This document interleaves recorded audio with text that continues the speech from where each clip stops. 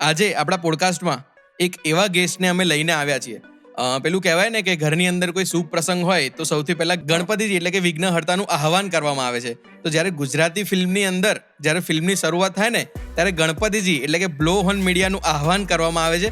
Blow horn મીડિયાના CEO અને co founder અંકિત બ્રહ્મભટ્ટ છે આપણી સાથે. વેલકમ અંકિતભાઈ. Thank you. કે કોઈ મૂવી આવી રહી હોય અને એની અંદર ફૂલ્લી ડિજિટલ માર્કેટિંગ આપણે કરવું હોય તો એનો અપ્રોક્સ કોસ્ટિંગ કેટલું થાય? એ વેરી કરે છે. તો પણ એની કંઈક લિમિટ્સ તો હશે કે આટલાથી આટલા મિનિમમ. એ માર્કેટિંગનો ફંડા શું કહે છે કે if you make a product of 100 rupees, yes, right, તો તમારું જે માર્કેટિંગ બજેટ હોય ને, બરાબર, એ એટલીસ્ટ તમારું 300-400 રૂપિયા હોવું જોઈએ. બ્લો હોર્ન ચાલુ કરવાનું એક રીઝન એટલે ડિજિટલ માર્કેટિંગ, બેઝિકલી ડિજિટલ માર્કેટિંગની આવવાનું અંદર એક રીઝન એ બી છે કે હું મારા બેટર હાફને સોશિયલ મીડિયા પર મળું. શું વાત છે? કયા પ્લેટફોર્મ પર? ફેસબુક.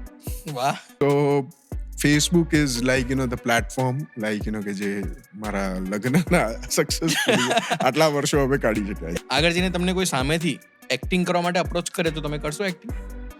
હા, કરેલી છે ને. આવશે એક પિક્ચર રેહાન ચૌધરીની છે. શું વાત છે? કઈ પિક્ચર થોડું જણાવો. એ હવે રેહાન એનાઉન્સ કરે ત્યારે ખબર પડી જશે. ઓકે, તો મારે એ વિશે જાણવું છે કે મૂવી તમે જ્યારે જુઓ છો તો મૂવીમાં તમે કઈ કઈ વસ્તુ નોટિસ કરો, એના પરથી ટાઈમ લાઈન કેવી રીતે બનાવો, ટાઈમ લાઈન કેટલા મહિનાની હોય કે ધારો કે એક મૂવી જાન્યુઆરીમાં રિલીઝ થવાની છે તો એનું માર્કેટિંગ ક્યારથી શરૂ કરવાનું અને ક્યાં સુધી કરવાનું એ વિશે જાણવું છે. If you have problem, speak to મી. તો પછી તમે પ્રોજેક્ટ ત્યાંથી ડિસકન્ટિન્યુ કરી કરી નાખ્યું. જે એમણે એડવાન્સ આપ્યું તો પાછું આપી દીધું. Like your decision. Because see your team is your strength. એટલે I believe my team is my strength. બરાબર હા, છે. એ તો છે જ. હું એમના માટે નહીં ઉભો રહું તો બીજું કોણ ઉભું રહેશે? એવું કોઈ પ્રોડક્શન હાઉસ છે કે જેના સાથે તમે કામ કરવા ના માંગતા હોય? છે, 2 છે. ઓકે, નામ એમના? એ નહીં કહેવાય. તો ઘટના કો વાત શું હતી? વાતમાં એવું છે.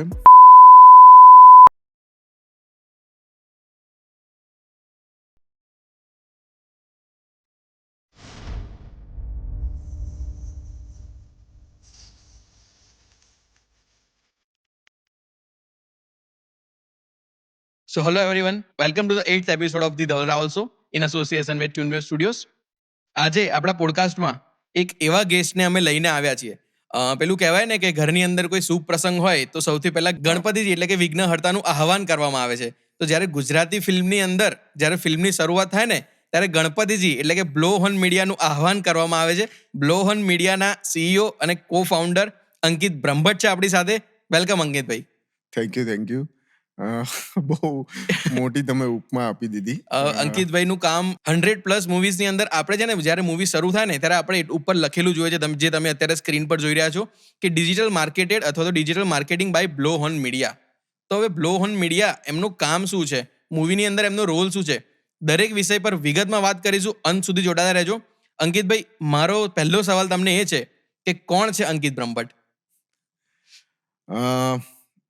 અંકિત બ્રહ્મભટ્ટ એટલે એક સામાન્ય માણસ છે, બરાબર. એક આમ જિંદગીમાં એક લાઈક જે બધા લોકો હોય આપણી આજુબાજુમાં ફરતા એ જ રીતનું, બરાબર, હું કહીશ કે એવી જ વ્યક્તિ છે.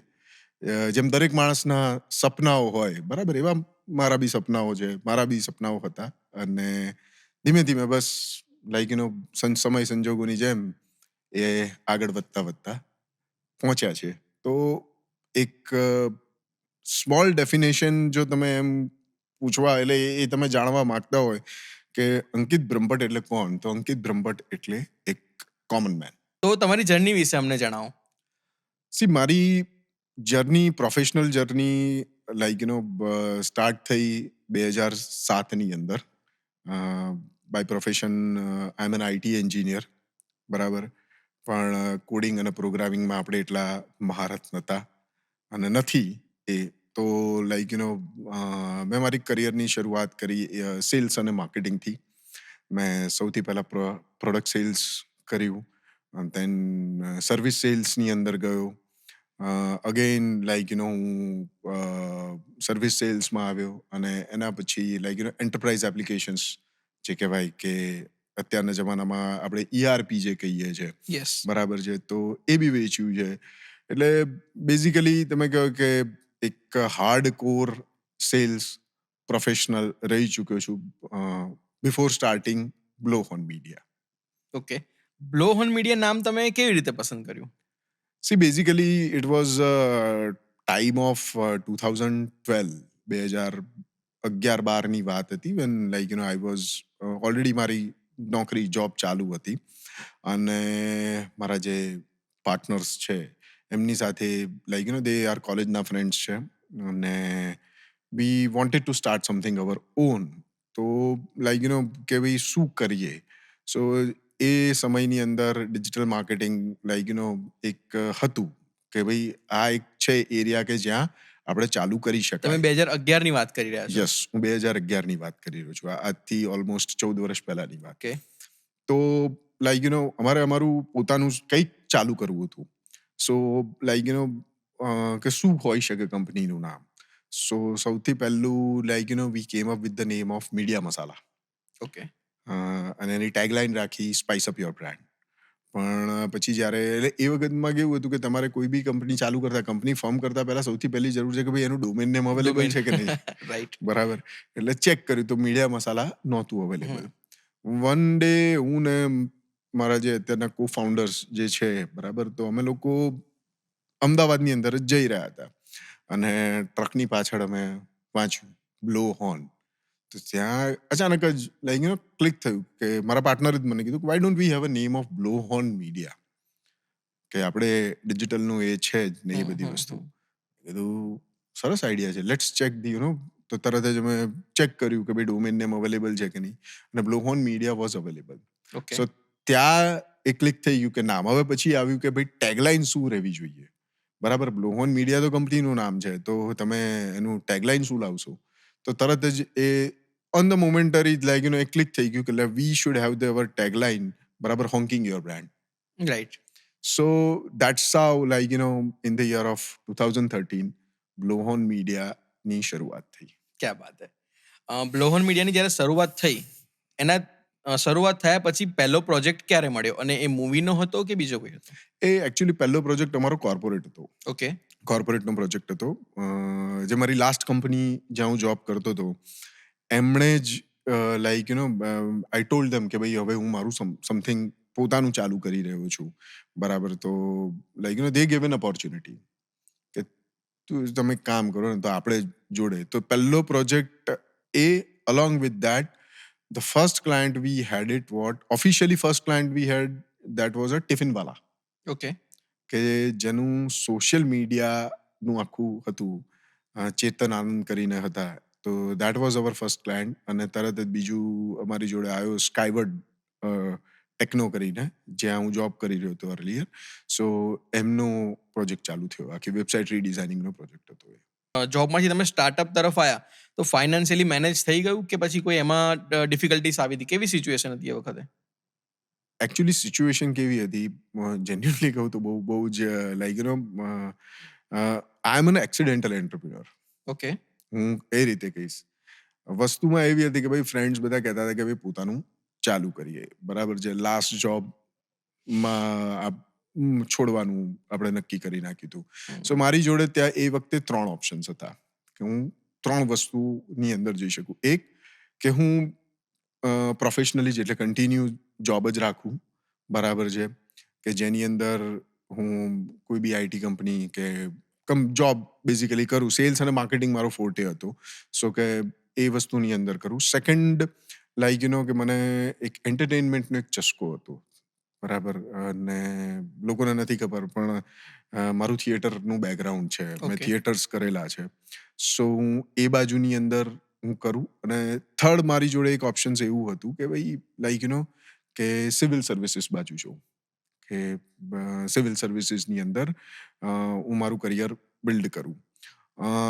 On that time like just મારા એક કહેવાય ને કે મારું રિલેશનશિપ ચાલુ થયું હતું. ઓકે. બરાબર. જે અત્યારે મારી વાઈફ છે. ઓકે. બરાબર. અને વન ઓફ ધ રીઝન એટલે લાઈક કીધું કે શું કરું, પૂછ્યું એ વખત એટલે મારા બેટર હાફને. તો એને કીધું તમારું જે ડિસિઝન હશે ને હું તમારી જોડે છું. So I thought let start like આ એન્ટરપ્રિન્યોર જર્ની. બરાબર. બહુ શું થશે, 6 મહિના કે 1 વર્ષ, એટલીસ્ટ 1 વર્ષ તો આપીએ, બરાબર. બહુ શું થશે, ના ચાલ્યું તો બંધ કરી દઈશું, બરાબર. અને સીવીની અંદર 1 વર્ષનો ગેપ બતાવી દઈશું કે ભાઈ 1 વર્ષ બ્રેક લઈ લીધો છે, બરાબર ને, એ રીતે. બટ ગ્રેસ ઓફ ગોડ, બરાબર, જે ચાલ્યું અને એ વસ્તુ હતી.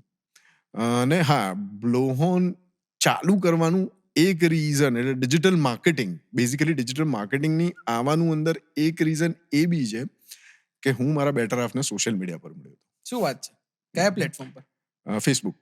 વાહ. તો Facebook is like the platform, like કે જે મારા લગ્નના સક્સેસફુલી આટલા વર્ષો અમે કાઢી શક્યા છે. એકચ્યુઅલી મારો આગળનો પ્રશ્ન એ જ હતો કે એન્ટરટેનમેન્ટનો કીડો ક્યાંથી આવ્યો, અને તમે આગળ વાત પણ કરી કે નાટક તમે કરેલું છે, તો એના વિશે થોડુંક વધારે જણાવો. સો બેઝિકલી થિયેટરનો ચસ્કો મને લાગ્યો તો 2003-4માં. ઓકે. લાઈક કે એ વખતે કોલેજની અંદર, એટલે અત્યારે તો ચારુ સેટ થઈ ગઈ છે, Charotar university of Yes. Science and technology. પણ આઈ વોઝ, જ્યારે હું એન્જિનિયરિંગ કરી રહ્યો હતો, તો હું એ ચારુ સેટના જે ત્રીજું વર્ષ હતું કોલેજનું, એટલે Charotar institute of technology Changa કહેવાતું હતું, અને Yes. ગુજરાત યુનિવર્સિટીની અંદર આવતું હતું. સો અમે લોકો એ ત્રીજી બેચ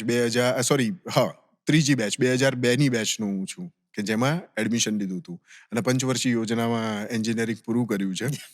એટલે સો એ વખતે એન્ટરટેનમેન્ટ, જે કોલેજના યુથ ફેસ્ટિવલ થાય યુનિવર્સિટી લેવલ ઉપર, સો એની અંદર જે કોલેજ લેવલ ઉપરથી જે નાટકો જે ભજવાતા હોય, બરાબર, તો એની અંદર મેં શરૂઆત એક્ટિંગથી કરી હતી. અને લાસ્ટ જે મારું ફાઇનલ જ્યારે અપિયરન્સ કર્યું એ નાટકોમાં, તો એઝ અ ડિરેક્ટર તરીકે આવ્યો હતો નાટકમાં. Okay. So that's how like એ થિયેટરનો એક એક્સપિરિયન્સ રહ્યો. પછી એના પછી એક પ્રોફેશનલ વર્ક ચાલુ થયું, જોબ ને એ બધું, એમાં ચાન્સ ના મળ્યો. પણ when I move to Pune, હું પુણે જ્યારે શિફ્ટ થયો 2010ની અંદર, સો ત્યાં જે કહેવાય કે પોલિશિંગ, થિયેટરનું જે પોલિશિંગ કહેવાય, એ ઓપોર્ચ્યુનિટી મને ત્યાં મળી. ત્યાં નીશ સ્ટેજક્રાફ્ટ કરીને જે પ્રોડક્શન કંપની પુણેમાં છે, એમની સાથે રહીને મરાઠી થિયેટર, ઇંગ્લિશ થિયેટરો કરેલા છે. અને ત્યાંથી પછી એક કહેવાય ને કે એન્ટરટેનમેન્ટનો એક ચસ્કો લાગ્યો. અને હા, બ્લોહોન ચાલુ કરતા પહેલા બી, જ્યારે હું ટ્રાન્ઝિશન પીરિયડમાં, એટલે છેલ્લી જોબ છોડી અને બ્લોહોન ચાલુ કરવું છે, આ બંનેની વચ્ચે એક નાટક ગુજરાતીમાં અહીંયા ડિરેક્ટ બી કર્યું હતું. શું વાત છે? જેનું નામ હતું જિંદગીના રંગ. ઓકે. તો ટેકનિકલી તમે એક્ટિંગ બી કરેલી છે અને નાટક ડિરેક્ટ પણ કરેલું છે. તો એક્ટિંગ અને ડિરેક્ટિંગની લાઇનમાંથી તમે માર્કેટિંગમાં કેમ ટ્રાન્સફર થયા? You should be N actor. C, મને એકચ્યુઅલી 2006માં મારી જોડે એક ઘટનાક્રમ થઈ ગયો. એટલે બેઝિકલી મારો એક્સિડન્ટ થયો. ઓહ. અને એ એક્સિડન્ટની અંદર લાઈક વસ્તુ એવી થઈ કે આઈ લોસ્ટ વન આઈ. ઓહ. એટલે મારે એક આંખ પથ્થરની છે. સો મને એક ફોબિયા આવી ગયો કે હું પ્રેઝન્ટેબલ નથી, ઓહ. બરાબર, કે કેમેરા સામે ના ઊભા રહી શકે, કાં તો સ્ટેજની ઉપર નહીં ઊભો રહી શકું. એ એક જે ફોબિયા અંદર જે થઈ જાય ને, સો એના કારણે જે કહેવાય કે એના પછી જ્યારે બધી વસ્તુઓ હતી કે હું એક્ટિંગને એવોઇડ કરતો હતો, બરાબર. એટલે જ્યારે હું પુણે ગયો, ત્યાં બી લાઈક વર્કશોપ્સ ચાલુ થયા હતા. એટલે આપણે લીધું હતું એ વસ્તુ એઝ એન એક્ટર માટે જ.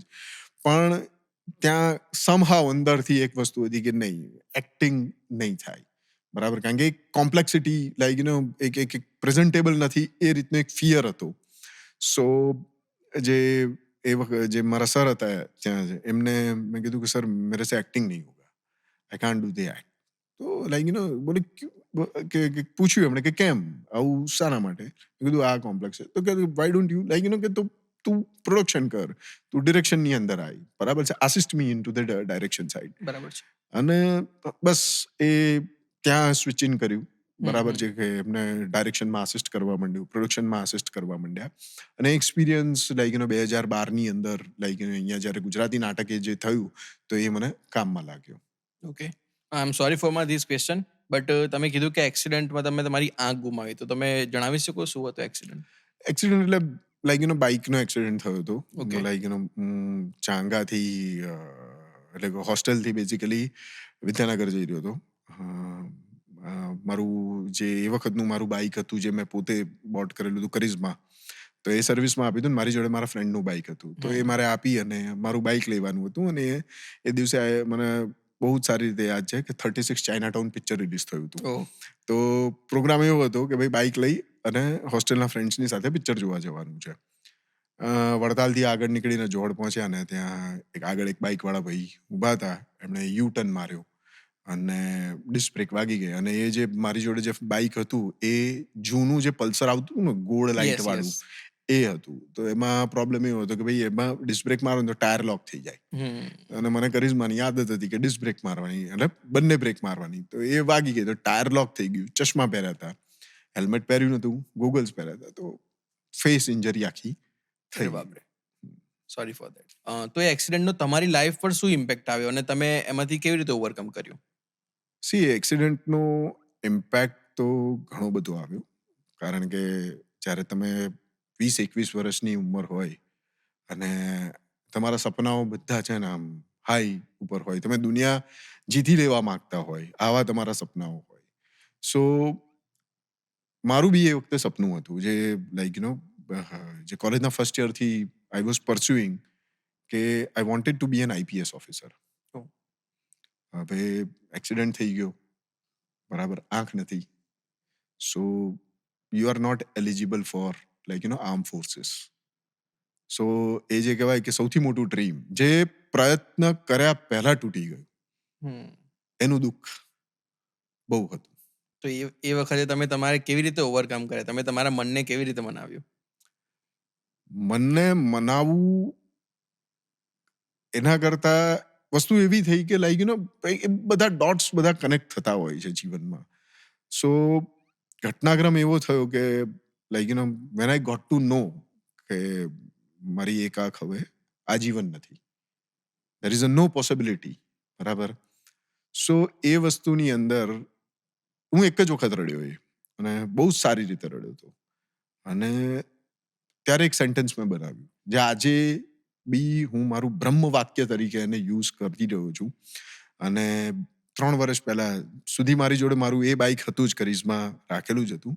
એના સાયલેન્સર ઉપર મેં લખાઈ રાખ્યું હતું એ કે if difficulties tech some time in your life, if difficulties tech some time in your life, then and then impossible is just a little longer.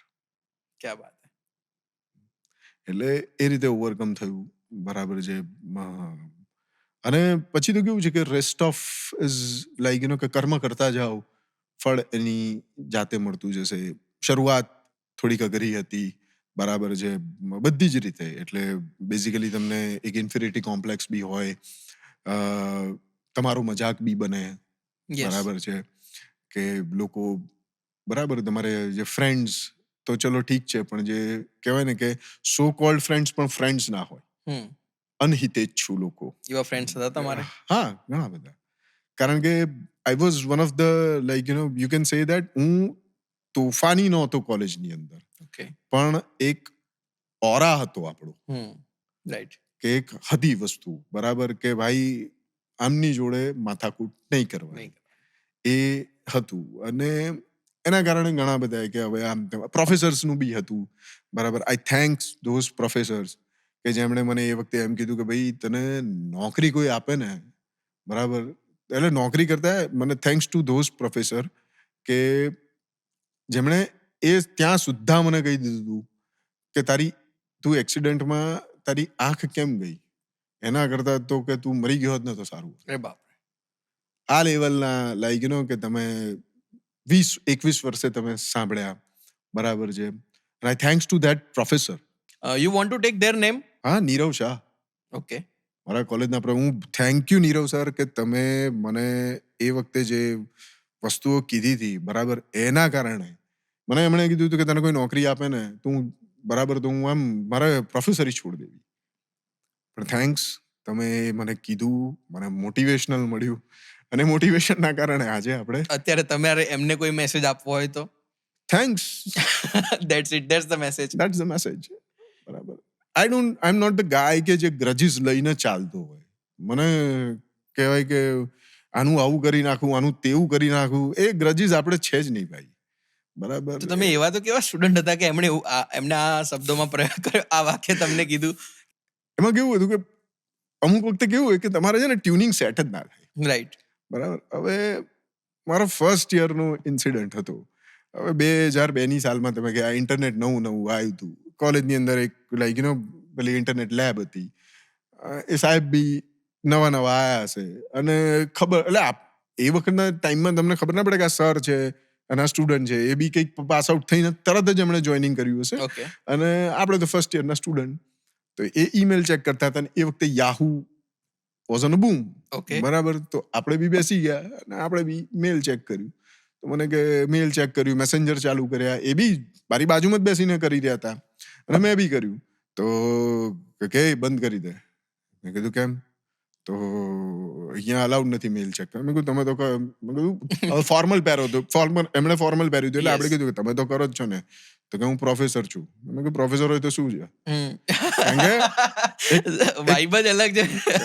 કારણ કે એ વખતે આપણું એવું હતું કે ભાઈ કોલેજની અંદર જયારે ફર્સ્ટ યરમાં હતા ને તો એવી મસ્તી તમારી જોડે ઘણા લોકો કરે બધા, બરાબર.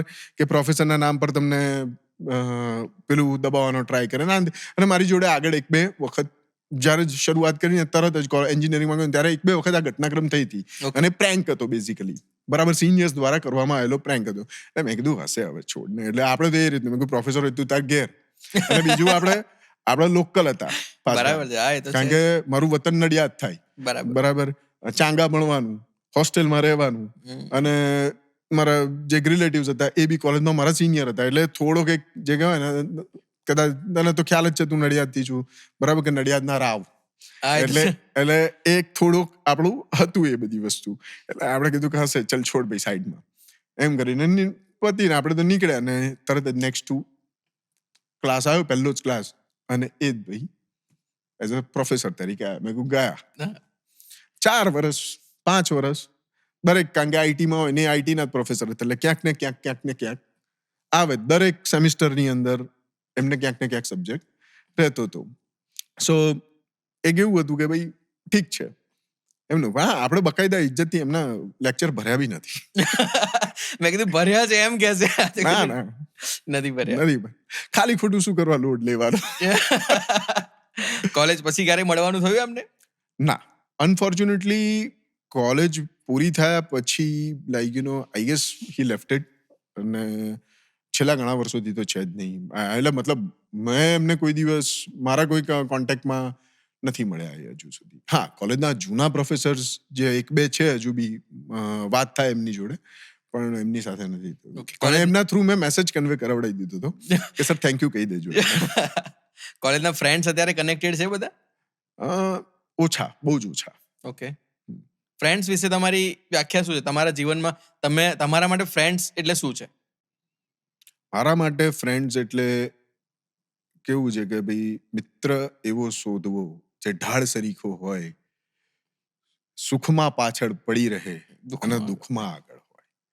So bye grace of God મને એવા મિત્રોની સંગત છે થઈ છે અને મળ્યા છે અને મળી રહ્યા છે, બરાબર. કે ભલે હું ચલો રેગ્યુલર કોઈની જોડે ટચ ના હોય, પણ કદાચ એમને કંઈક ખબર પડે કે ભાઈને આવું થયું છે તો લાઈક આઈને ઊભા રહે. અને મારા માટે બી એ લોકો માટે એવું જ છે. ભલે હું એમના રેગ્યુલર ટચમાં નહીં હોઉં, પણ ક્યાંક એવું ખબર પડે કે ભાઈ આ પ્રોબ્લેમમાં આવ્યો છે કાને, તો આપણે આપણા બનતા પ્રયત્નો કરીએ કે એનું એ સોલ્યુશન મળે. ફ્રેન્ડ સર્કલ નાનું હોવું જોઈએ કે મોટું હોવું જોઈએ, એના પર કોઈ વ્યૂઝ છે તમારા? ડિપેન્ડ્સ. એટલે basically A person to person હોય છે. ઓકે. બરાબર. મારું કોલેજ ટાઈમની અંદર બહુ મોટું ફ્રેન્ડ સર્કલ હતું. પ્રોફેશનલ લાઈફમાં આયા સર્કલ નાનું થતું ગયું. અત્યારે ફ્રેન્ડ્સ એટલે આ કેવું છે કે એ વ્યાખ્યાને તમે આ મિત્ર છે કે આ પ્રોફેશનલ કનેક્ટ છે એવું નથી. અત્યારે જે પ્રોફેશનલ કનેક્ટથી ઘણા બધા લોકો ફ્રેન્ડ્સ બની ચૂક્યા છે, રાઈટ, કે જે મિત્રો તરીકે રહી ચૂક્યા છે અને છે એમ બેઝિકલી કે ચાલુ થયું હોય પ્રોફેશનલી કામ, પણ અત્યારે બહુ જ સારા મિત્રો. સો અંકિત સર, ફાઇનલી અમને એ જણાવો કે બ્લોહોન મીડિયાને ગુજરાતી મૂવી રિલેટેડ પહેલો પ્રોજેક્ટ ક્યારે મળ્યો, કેવી રીતે, એના વિશે થોડીક વિગતમાં વાત કરો. સો પહેલો પ્રોજેક્ટ અમારો હતો રોમાન્સ કોમ્પ્લિકેટેડ, ઓકે. રોમકોમ. એ મળ્યો 2014માં. અને થેન્ક્સ ટુ તુષાર સાધુ હમ કે એકચ્યુઅલી તુષારે અ, મારું ઇન્ટ્રોડક્શન કરાયું ધ્વનિ જોડે, ધ્વનિ હમ. ગૌતમ. યસ ધ્વનિનો બી એ પહેલો પ્રોજેક્ટ હતો, એઝ અ ડિરેક્ટર ડેબ્યુટન્ટ હતું. અને અમારા માટે be like that was a first for the movie પ્રોસ્પેક્ટિવથી. સો વી અપ્રોચ, એટલે મતલબ બેઝિકલી એક અપ્રોચ બતાવ્યો એન્ડ ધ્વનિ લાઈક દેટ અપ્રોચ કે આ રીતનું સોશિયલ મીડિયા હોવું જોઈએ. એન્ડ થેન્ક્સ ટુ હિમ કે જેણે અમને બ્રેક આપી રોમાન્સ રાઈટ. કોમ્પ્લિકેટેડથી. અને રેસ્ટ ઇઝ હિસ્ટ્રી. પહેલા પ્રોજેક્ટની અંદર અમે લોકોએ જે બેન્ચમાર્ક એક સેટ કર્યું કે like that is how the social media or digital marketing has to be carry out for any particular movie Okay, regional લેંગ્વેજની ઓકે. અંદર. વધારે જણાવશો કે પ્રોજેક્ટમાં તમે કઈ કઈ એક્ટિવિટી કવર કરી હતી, અને અમારે ઓલ ઓવર ફિલ્મ રિલેટેડ જાણવું છે કે કોઈ બી ફિલ્મની અંદર બ્લો ઓન મીડિયાનો રોલ શું હોય છે. So coming to the first question કે ભાઈ એમાં શું એક્ટિવિટી કરી હતી, તો સૌથી પહેલું તો એ મૂવીનું પ્રમોશન અમે લોકોએ 1.5 વર્ષ સુધી કર્યું હતું. શું વાત છે. મૂવી જાન્યુઆરી 2016માં રિલીઝ થઈ હતી. Okay. And we started working on that project in 2014. 2014 થી અમે લોકો એની પર એટલે એના માર્કેટિંગ પ્રોસ્પેક્ટિવથી કામ કરતા હતા.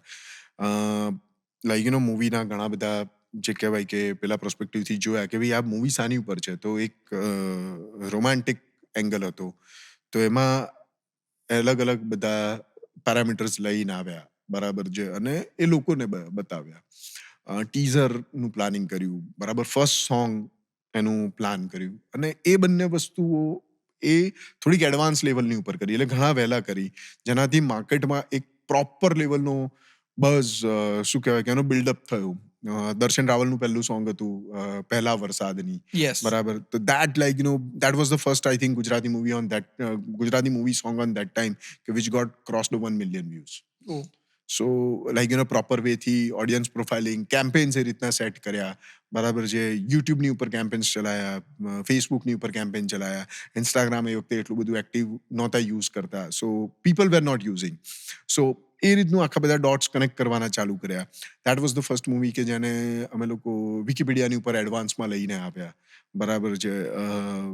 ઘણા બધા ડોટ્સ બધા થયા અને એને પ્રોપર રિલીઝ ઉપર આવી ગયું.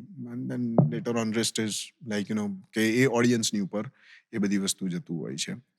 એના પછી એવરીથિંગ વોઝ લાઈક રેફરન્સિંગથી ચાલુ થયું. ઓકે. કે એના પછી સેકન્ડ મૂવી અમારી હતી Shorgul, okay. Which was Hindi. Ashutosh Rana, Jimmy Shergill, Bollywood. Nishita, Bollywood. Okay. Muzaffarnagar રાઇટ્સની ઉપર બનેલી ફિલ્મ હતી અને 2016 રિલીઝ હતી એની. સો એ અમને મળી, ધ્વનિએ રેફરન્સ આપ્યો અમારો, અને that we got. Then third movie we got it Hardik Abhinandan, which we got it from the reference of પ્રશાંત ગોહિલ કે જે રોમકોમમાં ડીઓપી હતો, એમણે અમારું નામ રેકમેન્ડ કર્યું ત્યાં.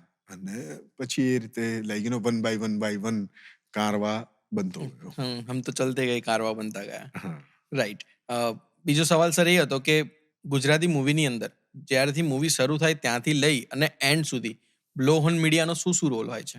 તો ડિજિટલ માર્કેટિંગની જે ક્રેડિટ લઈએ છીએ, તો ડિજિટલની અંદર તમારા 3 સબસેટ હોય છે. બેઝિકલી 3 સબસેટની ઉપર જતા હોય છે.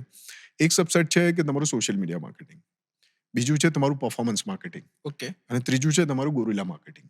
યસ. ઓકે, લોકોને નથી ખબર હોતી કે what is gorilla marketing. Major પ્રોડ્યુસર્સને બહુ ઓછું ખબર હોય, બરાબર. એટલે ગોરિલા માર્કેટિંગ એટલે જ્યાં પેડ પેજીસ અને ઇન્ફ્લુઅન્સર્સ, કોન્ટેન્ટ ક્રિએટર્સ ને એ બધા આવે. પરફોર્મન્સ માર્કેટિંગ એટલે તમારું જ્યારે તમે એડ્સ ચલાવો છો, બરાબર, યુટ્યુબ એડ્સ થઈ ગઈ, મેટા એડ્સ થઈ ગઈ, બરાબર, એડવર્ટાઇઝિંગ પ્યોરલી. યસ. મારી જોડે 100 રૂપિયાનું બજેટ છે અને મારે પહોંચવાનું છે આટલું, so that's a performance marketing. અને social media marketing is like કે જ્યાં તમે એઝ અ સ્ટ્રેટેજી તમે શું બનાવશો, શું એને પબ્લિશ કરશો અને કેમનું એને એક્ઝિક્યુટ કરશો, બરાબર. તો we do practice in a social media and performance. We don't get into gorilla marketing. Okay. તમારે મેઇન ડીલ કોના સાથે કરવાની હોય, પ્રોડ્યુસર સાથે, એક્ટર સાથે? બેઝિકલી અમારું જે કહેવાય કે ફર્સ્ટ પોઈન્ટ ઓફ કોન્ટેક્ટ એટલે ફિલ્મ જ્યારે હોય, બરાબર, તો પ્રોડ્યુસર ને ડિરેક્ટર યુઝ્યુઅલી હોય છે. એક્ટર બહુ જ ઓછા પિક્ચરોમાં હોય છે. બાકી મેજર પ્રોડ્યુસર્સ એન્ડ ડિરેક્ટર્સની સાથે જ અમારું મેજર પેલું ચાલતું હોય છે. ઓકે. તમે અત્યાર સુધી 107 મૂવી ડિજિટલ માર્કેટિંગ કરી છે, તો એની અંદર સૌથી ચેલેન્જિંગ સિચ્યુએશન કઈ હતી? સો સૌથી ચેલેન્જિંગ સિચ્યુએશન 2016માં આવી હતી એન્ડમાં, જ્યારે નોટબંધી લાગુ પડી. ઓકે. નોટબંધી વખતે એક ફિલ્મ આવી રહી હતી જેનું નામ હતું કેરી ઓન કેસર. અને પિક્ચરના રિલીઝના અઠવાડિયું 10 દિવસ બાકી હશે, 10 દિવસ આઈ થિંક બાકી હતા, અને ગવર્મેન્ટે નોટબંધી લાગુ કરી દીધી. Now you have already 85%, 80% budget you have spent it, whatever the marketing ડિજિટલનું જે હતું. તમે કોન્ટેન્ટ એટલો મોટો બધો જ કાઢી નાખ્યો છે. હવે તમારે 10 દિવસ બાકી છે એટલે શું છે, તમારી થોડાક જ જે કોન્ટેન્ટ જે પીસ રહેવાના હોય, અને નોટબંધી લાગુ પડી. સો પ્રોડ્યુસર ડિસાઇડેડ કે પિક્ચર પાછળ આપણે કરવી પડશે. અને પાછળ કરવામાં એવું નહોતું કે 1 મહિનો પિક્ચર પાછળ થઈ. પિક્ચર પાછળ ગઈ ફેબ્રુઆરી 2017માં. ઓ. So almost now it's a challenge of કે 2.5 મહિના જે તમે બઝ ઊભો કર્યો છે, એ નેક્સ્ટ 2.5 મહિના સુધી તમારે બઝ મેન્ટેન કરવાનો છે. So that was the biggest challenge we had it when it comes to the film marketing પ્રોસ્પેક્ટિવથી, કે 2.5 મહિના સુધી એ બઝને સસ્ટેન કરવો, મેન્ટેન કરવો, અને કેવી રીતે નવો કોન્ટેન્ટ કરવો. બરાબર. સો જોઈન્ટલી એઝ અ ટીમ બધા જ લોકો, પ્રોડ્યુસર, ડિરેક્ટર, અધર માર્કેટિંગ પર્સન, અમે બધા, અને એક સ્ટ્રેટેજી બનાવી કે 2.5 મહિના સુધી આ બઝને કેવી રીતે સસ્ટેનેબલ કરવું. સો that's one of the biggest A strategy વિશે થોડીક વધારે વાત કરશો કે કેવી રીતે તમે મેન્ટેન કર્યું હતું, એ સિચ્યુએશન શું હતી? સો few of the recommendation we gave them કે આપણે એક નવું ટ્રેલર આપવું જોઈએ, અલગ પ્રોસ્પેક્ટિવથી, ખાલી રિલીઝ ડેટ નહીં. સેકન્ડ, કે એનું અનાઉન્સમેન્ટ બી અલગ રીતનું કરવું, એટલે હોવું જોઈએ. એટલે એ અનાઉન્સમેન્ટ અલગ રીતનું, એ ડિરેક્ટર વિપુલભાઈનો કોલ હતા, વિપુલ મહેતા જે હતા, કે કેવી રીતે અનાઉન્સમેન્ટ કરીએ. દેન જોઈન્ટલી બધા કોલ ડિસ્કસ થયા કે કેવી રીતનું જવું જોઈએ.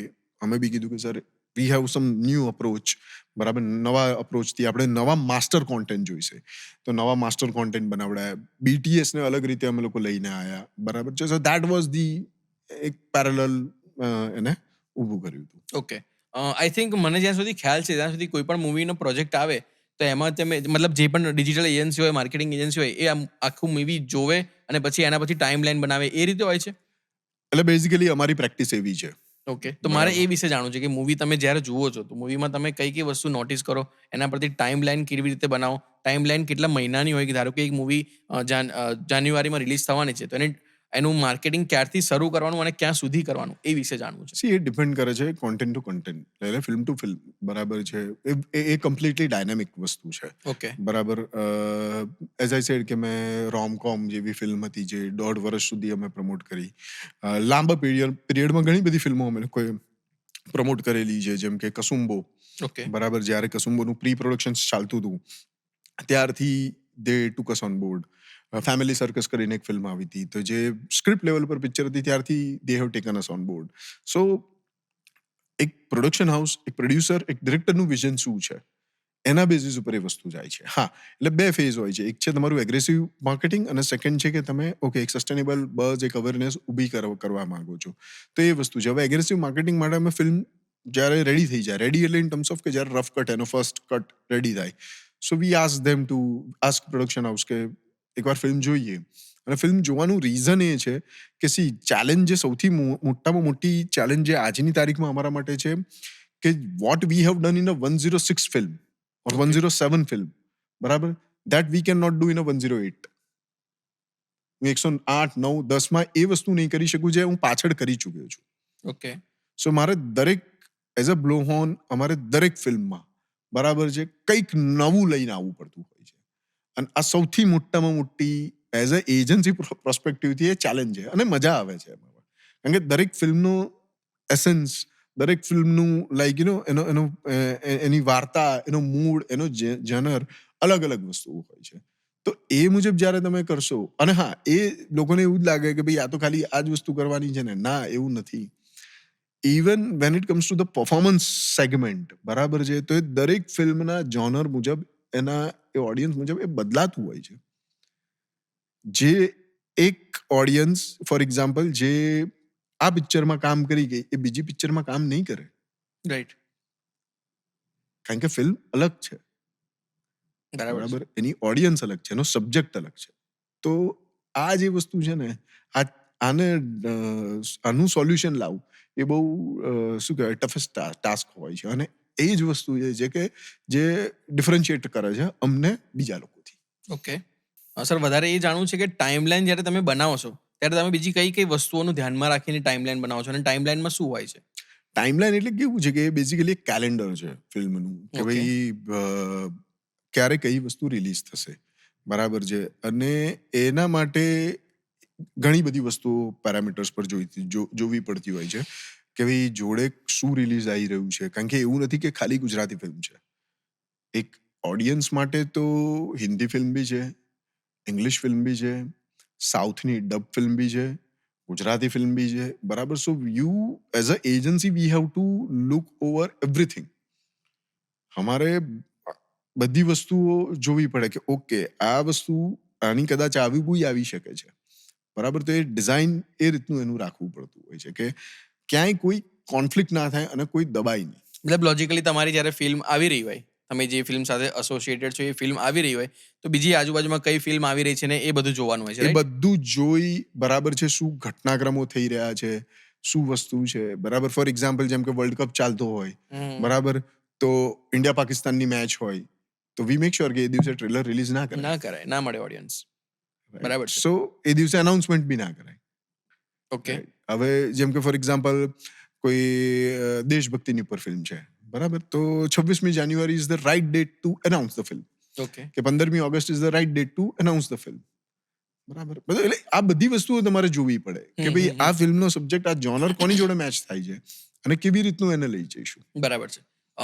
મારે એ વિષય પર વધારે જાણવું છે કે જ્યારે તમે ટાઈમલાઈન બનાવતા હોય, એક મૂવી હોય તો ઠીક છે, પણ એક મહિનામાં તમારા જોડે એક કરતાં વધારે મૂવી હોય તો તમે કઈ મૂવી પર વધારે ફોકસ આપો, કેવી રીતે સ્ટ્રેટેજી બનાવો? અને એ વિષય પણ જાણવું છે કે એક મહિનાની અંદર સૌથી વધારે મૂવી કેટલી કરી હશે? સી બધી મૂવી ઉપર અમે ઇક્વલ જ વેઇટેજ રહેતું હોય છે. એવું નથી કે પિક્ચર નાની પિક્ચર મોટી એવું ના હોય. પિક્ચર છે, બરાબર છે, એ નાની હોય કે મોટી હોય, બરાબર. અહીંયા 100 આપવાનું છે તો અહીંયા બી 100 જ આપવાનું છે. રહી વાત એક મહિનામાં કે મેક્સિમમ મૂવી કરવા વાળાની, તો મેક્સિમમ મૂવી કરવા કરતા એક મહિનામાં મેક્સિમમ મૂવીના પ્રોજેક્ટ જે કર્યા છે અને જે જ્યાં ટફેસ્ટ ચેલેન્જ હતી અમારા માટે, એ ઘટનાક્રમ હતી 2023માં ફેબ્રુઆરીમાં. ઓકે. હા, મિડ ઓફ જાન્યુઆરીથી એન્ડ ઓફ ફેબ્રુઆરી અને you can say that mid of March સુધીમાં ઓકે. 2023ની એક સિચ્યુએશન, 60 દિવસ એવા હતા કે જેમાં બેક ટુ બેક રિલીઝીસ હતી બધી ફિલ્મોની. કચ્છ એક્સપ્રેસ ચાલી રહી હતી તો એનું તો માર્કેટિંગ ચાલતું જ હતું કારણ કે જાન્યુઆરીમાં રિલીઝ થઈ હતી. કોંગ્રેચ્યુલેશન 3 ફેબ્રુઆરીએ આવી તો એનું માર્કેટિંગ અમે લોકોએ પોસ્ટ ઉત્તરાયણ ચાલુ કરી દીધું હતું. શર્મન ને માનસી એમાં હતા. 10મી ફેબ્રુઆરીએ વશ આવી રહી હતી. ક્યાં વાત છે. કર્મ હતી. બધી મોટી મોટી ફિલ્મો છે. અને ત્રીજી જે હતી સપ્તરંગ કરીને. સો આ 3 મૂવી એક જ દિવસે ફ્રાઈડેના રિલીઝ થઈ હતી. 3 પિક્ચર પર એઝ અ ડિજિટલ એજન્સી તરીકે અમે લોકો. 17મી ફેબ્રુઆરીએ આગંતુક આવી રહી હતી, નૈતિક રાવલની ફિલ્મ, બરાબર. અને 1લી માર્ચે આવી રહી હતી હેલો, નીરજ જોશીની. સો 6 પિક્ચર, બરાબર, 60 દિવસમાં એક સાથે આ સિચ્યુએશનની ઉપર કર્યું. આટલી બધી મૂવી પર એક સાથે કામ કરવું અઘરું વસ્તુ છે. યસ, અને દરેક પ્રોડક્શન હાઉસ, દરેક મેકરને ઇક્વિવેલન્ટ જસ્ટિસ આપવી કામ પ્રત્યે. સો એક હતું ચેલેન્જિંગ. સેકન્ડ જે કહેવાય કે ચેલેન્જિંગ સિચ્યુએશન આવી 2025 જાન્યુઆરીમાં, જ્યાં એક જ મહિનામાં 4 પિક્ચરો આવી ગઈ. વિક્ટર 303, મોમ તને નહીં સમજાય, તારો થયો અને ફાટીને. આ 4 પિક્ચર જાન્યુઆરીની રિલીઝ હતી. 4 પિક્ચર પર અમે ઇન્વોલ્વ હતા અને 4 ફિલ્મોમાં વિથ કોન્ટેન્ટ હતા. કોન્ટેન્ટ ક્રિએશન સાથે કરવાનું હતું કામ. સો એ ઘટનાક્રમ એવો હતો કે અલગ જ આખી ટીમ, એટલે મતલબ સી વી હેવ, એટલે કહેવાય કે team is also ready to accept challenge. બરાબર છે, અને રેડી ટુ ડિલિવર ધોઝ. સો આ રીતે આખું રોલ આઉટ કર્યું. અને એમાં ચેલેન્જિંગ પ્રોસ્પેક્ટિવ એ રીતનું હતું કે I was physically not available in to the office due to એક મેડિકલ સિચ્યુએશનના કારણે. So credit and entire thing goes to the like team of blow on media, એટલે મારા પાર્ટનરથી લઈને લાઈક જે creative director, social media manager, everyone, બરાબર, કે જેમણે એ વસ્તુ ઉપાડી લીધી. હમ. કારણ કે હું મેડિકલી અનફિટ હતો. મને એના વિશે થોડું જણાવશો, શું હતું? અ, વસ્તુ એવી હતી કે લાઈક લાસ્ટ યર મને નવેમ્બર, આ જ ટાઈમની અંદર, એન્ડ ઓફ નવેમ્બરમાં I got on heart attack. ઓ. તો એન્જિયોગ્રાફી, એન્જિયોપ્લાસ્ટી અને સ્ટેન હું ખવડાવ્યું હતું. સો ડોક્ટર હેઝ એડવાઇસ કે ભાઈ નહીં, હમ. પણ the show must go on. So Kunal, જે મારા પાર્ટનર છે, ચીફ ઓપરેટિંગ ઓફિસર અને co founder of blow on media, Kunal Joshi, એમ દિવ્યાંગ કરીને જે ક્રિએટિવ ડિરેક્ટર છે, અક્ષય આચાર્ય જે સોશિયલ મીડિયા મેનેજર છે, અને rest of other folks member, Sachin પરમારથી લઈને everybody like has pull up their socks અને બધી વસ્તુઓ ડિલિવર કરી. ઓકે. તમારી એબ્સન્સમાં એ લોકોએ 4 મૂવી હેન્ડલ કરી. It's actually a big deal. Yes, એટલે see basically they are trend. જેમ તમે કહો છો કે 106 પિક્ચર, 7 પિક્ચર બ્લો હોનની છે, બરાબર. 107, હવે અમે 107 પિક્ચરમાં અંકિત બ્રહ્મભટ્ટ ને કુનાલ જોશી જ છે, એટલે એ બંને રહ્યા જ છે 107 ની ઉપર. પણ અપાર્ટ ફ્રોમ દેટ દિવ્યાંગ છે કે અક્ષય કરીને જે છે, they have done more than like 70+ films. Okay. કે 70 થી વધારે ફિલ્મો એ લોકો કરી ચૂક્યા છે અમારી જોડે રહીને. સો દિવ્યાંગ તો ઓલમોસ્ટ હશે 80-85+ ફિલ્મ્સમાં એ ઇન્વોલ્વ હશે. So that's the the team નો કે કેવી રીતે કામ કરવું, કેવી રીતે એને લઈ જવું, બરાબર છે. ચેલેન્જિંગ સિચ્યુએશન હશે તો કેવી રીતે એને ઓવરકમ કરવી, આ બધું જ એમને ખ્યાલ છે. સો એવું નથી કે ભાઈ કોઈને શીખવાડવાનું છે. સો એ ઘટના. સો તમે વાત કરી કે તમે લાસ્ટ યર તમને you got an heart attack, તો એ ટાઈમે તમને તમારા ફેમિલી તરફથી અને કંપની તરફથી, સ્ટાફ તરફથી કેવો રિસ્પોન્સ મળ્યો? એવરીબડી વોઝ શોક. 39 વર્ષે કેવી રીતે આવે? But it's like I accept it. Okay. એટલે આપણે બધાનો સપોર્ટ કેવો રહ્યો? ફેન્ટાસ્ટિક, બરાબર. Company, family, even clients. હું ખાલી કંપની અને ફેમિલી એકલું જ નહીં, ક્લાયન્ટ્સનો બી સપોર્ટ જોરદાર. Okay. Because when they got to know, right, મને જ્યારે એટેક આવ્યો ત્યારે 2 ફિલ્મો ઓલરેડી રિલીઝ ઉપર છે, એટલે રિલીઝ થઈ ચૂકી હતી. એક હતી અજબ રાતની ગજબ વાત અને બીજી હતી the great Gujarati matrimony. Okay. When both of the producers got to know, બરાબર, કે ભાઈ આ વસ્તુ થઈ છે, સો લાઈક દે ઓલ્સો શોક. પણ એ પ્રોડ્યુસર્સ, ડિરેક્ટર્સ બંને ફિલ્મોના અને એ ફિલ્મોની ટીમ જે લોકો ઓળખતા હતા મને, બરાબર, ટ્રમેન્ડસ સપોર્ટ. ઓકે. એન્ટરટેનમેન્ટ ઇન્ડસ્ટ્રીની અંદર તમારા ગુરુ કોણ છે? કોને તમે ગુરુ માનો છો? હું 2 ગુરુ કહીશ કે જેમણે મને એન્ટરટેનમેન્ટનો કીડો મારી અંદર નાખ્યો. સૌથી પહેલા તો ડોક્ટર હાર્દિક નિકુંજ યાજ્ઞિક, કે જેમણે મારી અંદર એક સંતાયેલા કલાના એક લાઈક કે જીજીવિષા જેને હોય એવા વ્યક્તિત્વને એમણે ઓળખ્યું અને એ વ્યક્તિત્વને પોલિશ કરવા વાળા જીતેન્દ્ર પવાર. ઓકે. કે જેમણે મરાઠી અને ઇંગ્લિશ થિયેટર પ્રોફેશનલી કેમનું કરી શકાય, થિયેટર પ્રોફેશનલી કેમનું થાય, બરાબર, એ શીખવાડ્યું. સો આ બંને એક એવા જે છે કે લાઈક કે જેમણે કળા જગતની અંદર મને આંગળી ચીંધી, મને રસ્તો બતાવ્યો, બરાબર, કે આ રીતની વસ્તુઓ હોય છે. આગળ મારે એ જાણવું છે કે કોઈ મૂવી આવી રહી હોય અને એની અંદર ફૂલ્લી ડિજિટલ માર્કેટિંગ આપણે કરવું હોય તો એનો અપ્રોક્સ કોસ્ટિંગ કેટલું થાય? એ વેરી કરે છે. તો પણ એની કંઈક લિમિટ્સ તો હશે કે આટલાથી આટલા મિનિમમ? એક કેવું છે કે પ્રોડ્યુસર્સના બજેટની ઉપર હોય છે. ઓકે.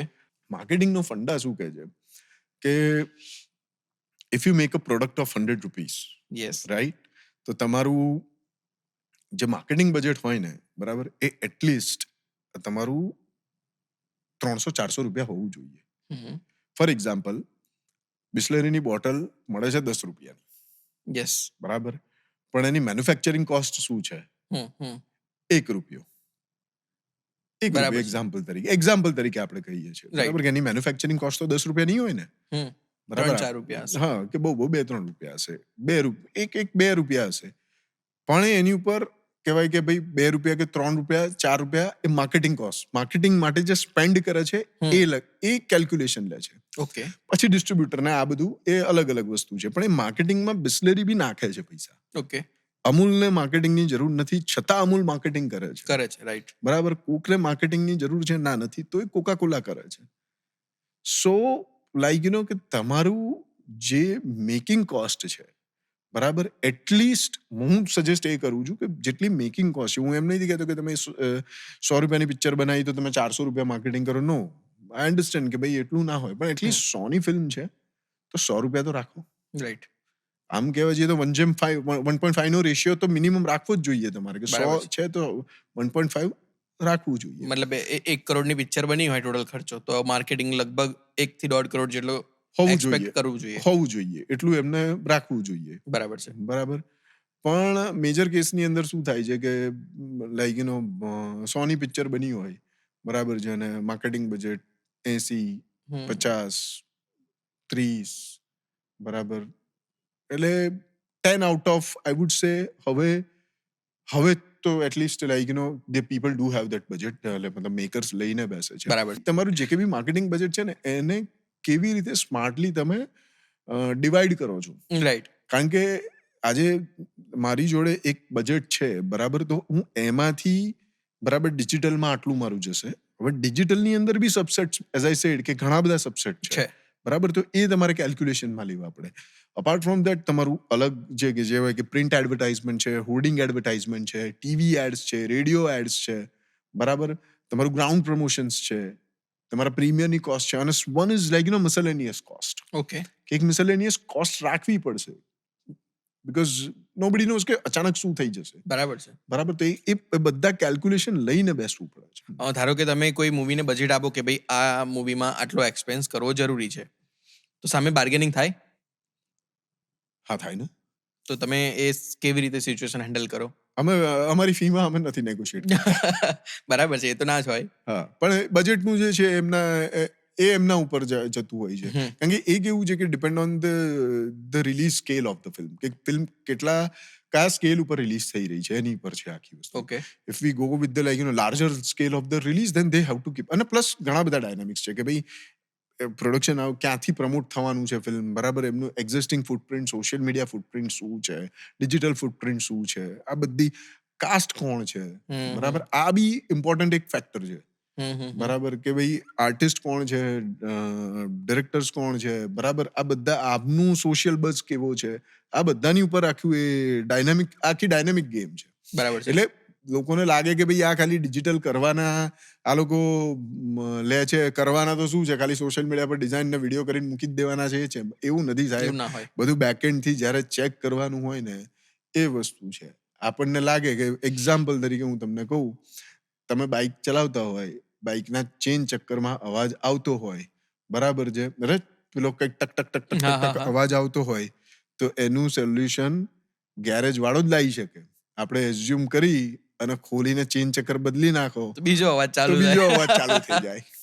બરાબર છે. એટલે એ જ વસ્તુ કે જ્યારે માર્કેટિંગ પ્રોસ્પેક્ટિવ થી આવે તો એમાં જોવા પડે બધા જ પેરામીટર્સ, બધી જ વસ્તુઓ, કે ક્યાં શું કામ કરશે. બરાબર છે. સર, મારે કોઈ એક મૂવી વિશે હું એવું ઈચ્છું છું કે તમે કોઈ એક મૂવીનું અમને પરફેક્ટ એક્ઝામ્પલ આપો કે જેનું ડિજિટલ માર્કેટિંગમાં ટોટલ ઇન્વેસ્ટ કેટલું બન્યું હોય અને કેટલી અમાઉન્ટ કયા ખર્ચામાં વપરાઈ હોય, એના વિશે કંઈક ઉદાહરણ આપીને જણાવશો? ખર્ચો તો બધા જ કરે છે, બરાબર. મેં જેટલી બી ફિલ્મો કરી છે, બધી જ ફિલ્મમાં બધા જ મેકર્સોએ ખર્ચા કર્યા છે માર્કેટિંગની ઉપર. પણ આઈ વુડ સે અમારું કામ છે લોકો સુધી ફિલ્મ પહોંચાડવાનું. બરાબર છે. બરાબર, કે લોકો સુધી ફિલ્મ પહોંચે, લોકોને ખબર પડે કે આવી કંઈક વસ્તુ આવી રહી છે, બરાબર. ધેન રેસ્ટ ઇઝ અને એમાં એવું નથી કે અમારા એકલાનું કામ હોય છે, બરાબર. ડિજિટલ અમે જોતા હોઈએ, ડિજિટલની અંદર લેટ્સ અઝ્યુમ કે ગોરિલા કોઈ બીજું જોઈ રહ્યું છે, તો એનો બી એટલો જ ઇમ્પેક્ટ હોય છે. ઓફલાઈન માર્કેટિંગ જે જોતું હોય એનો બી એટલો જ ઇમ્પેક્ટ હોય, બરાબર છે. પીઆર જે જોતું હોય, પીઆર વાળાનો બી એટલો જ ઇમ્પેક્ટ હોય. એટલે ઇટ્સ અ ટીમ એફર્ટ, બરાબર. કલેક્ટિવ આખો ટીમ એફર્ટ છે એ વસ્તુ, ઇન્ક્લુડિંગ ધ ડિસ્ટ્રીબ્યુટર, એક્ઝિબિટર, બરાબર. આ બધા જ લોકોનો, પ્રોડ્યુસર, એક્ટરથી લઈને બધા જ લોકો કેવી રીતે એની ઉપર જાય છે, કામ કરે છે, એ એક આખી વસ્તુ છે. જે એની પેલી ઘટનાક્રમ છે કે ભાઈ સક્સેસ તો એક લક કરીને એક ફેક્ટર છે, યસ, નસીબ તમારું, એ તો છે. બરાબર. હવે જો બધાના નસીબો જોર મારતા હોય ને જ્યારે, બરાબર, તો કરતી જ હોય છે. એટલે ડેફિનેટલી કન્ટેન્ટ સારો હોવો જરૂરી છે. સૌથી જરૂર છે. પહેલામાં પહેલી પ્રાઇમરી જે વસ્તુ છે કે ફિલ્મ નો કન્ટેન્ટ છે ને સારો હોવો જરૂરી છે. બરાબર છે. બરાબર. મને એક ફિલ્મ ગમી હોય, કદાચ બીજાને ના બી ગમે, રાઈટ. આ વસ્તુ છે, બરાબર. હમ. પણ ઓવરઓલ પ્રોસ્પેક્ટિવથી આપણે જોઈને ચાલવું પડે, બરાબર. અને એ વસ્તુ જ્યારે છે અને બધી વસ્તુઓ, બધા ડોટ્સ જ્યારે પ્રોપર કનેક્ટ થાય છે, તો ફિલ્મો સક્સેસ કરે જ છે. બરાબર છે. ટીમ એફર્ટ તરીકે, હમ. બરાબર છે, કે બહુ જ પ્રોપર વેમાં બધા ડોટ્સ પ્રોપર કનેક્ટ થયા હોય, including your luck as well. આપણે નસીબ સાથ, યસ, યસ, નસીબની યસ. બીજું આપણે લઈએ ને એ બધી વસ્તુઓમાં તો લાઈક ફિલ્મ્સ લાઈક શરતો લાગુ, હમ. બરાબર, કારણ કે એ વખતે ઠગ્સ ઓફ હિન્દુસ્તાન આવી રહી હતી, યસ. ફિલ્મ સારી હતી, બધી જ વસ્તુઓ સારી હતી. દેટ ફિલ્મ ડીડ વન્ડર, બરાબર. હું આ વર્ષની વાત કરું 2025માં, તો ઘણી બધી ફિલ્મો છે કે જેમણે ઘણું સારું કર્યું છે અને એવરી ડોટ કનેક્ટેડ પ્રોપર વેમાં. જેમ કે ઓલ ધ બેસ્ટ પંડ્યા, બરાબર, જય માતાજી, લેટ્સ રોક, દેન જે મેં કરેલી ફિલ્મો છે, કે જ્યાં અમે એઝ અ ડિજિટલ એજન્સી હતા, તો ઓલ ધ બેસ્ટ પંડ્યા છે, પછી જય માતાજી લેટ્સ રોક કરીને ફિલ્મ જે છે એ છે, બરાબર છે. જલેબી રોક્સ, બરાબર. હમ. દેન જે અત્યારે રિસન્ટમાં જે બધી રિલીઝ થઈ એમાંથી ચણિયા ટોળી, હમ. અને ગુજરાતી ફિલ્મ ઇન્ડસ્ટ્રીનું જે અત્યાર સુધીના બધા રેકોર્ડ તોડ્યા છે એ લાલો. લાલો. સો યસ, એટલે કહેવાય કે ભાઈ એવરીથિંગ નીડ્સ ટુ કનેક્ટ અ પ્રોપર વે. બરાબર છે. લાલોનું સર ડિજિટલ માર્કેટિંગ પણ બ્લોહોન મીડિયા જ કર્યું છે. Yes, we are like part of that project. Okay. Laalo મૂવીના વિશે વધારે જાણવું છે કે એમાં આપણે ડિજિટલમાં કઈ કઈ જગ્યાએ. અમે મેજર એમાં ઇન્વોલ્વ જે હતા એ અને છીએ, એટલે બેઝિકલી મેજર લાલોની અંદર પરફોર્મન્સ સેગમેન્ટની ઉપર અમારે વધારે એની ઉપર કામ હતું. તો પરફોર્મન્સ માર્કેટિંગ જે કહેવાય, સો એ સેગમેન્ટની અંદર હતું એ અમારું ઇન્વોલ્વમેન્ટ. બરાબર. આગળ તમે એ પણ વાત કરી કે તમને કદાચ મૂવી ગમી હોય, બીજાને ના પણ ગમે, તો મારે એ જાણવું છે કે તમને કદાચ કોઈ મૂવી ના ગમે તો તમે એનું કામ લો કે ના લો, એ પ્રોજેક્ટ હાથ પર લો કે ના લો. સી, પિક્ચર ગમે ના ગમે એ સેકન્ડરી વસ્તુ છે, બરાબર. વસ્તુ એ છે કે ભાઈ હવે એમણે ફિલ્મ બનાવી દીધી છે, બરાબર, તો હું નહીં કરું તો બીજો કરશે, બરાબર. એટલે વસ્તુ એ જ છે કે પિક્ચર સારી ખરાબ એ હું ડિસાઈડ નથી કરતો, ઓકે.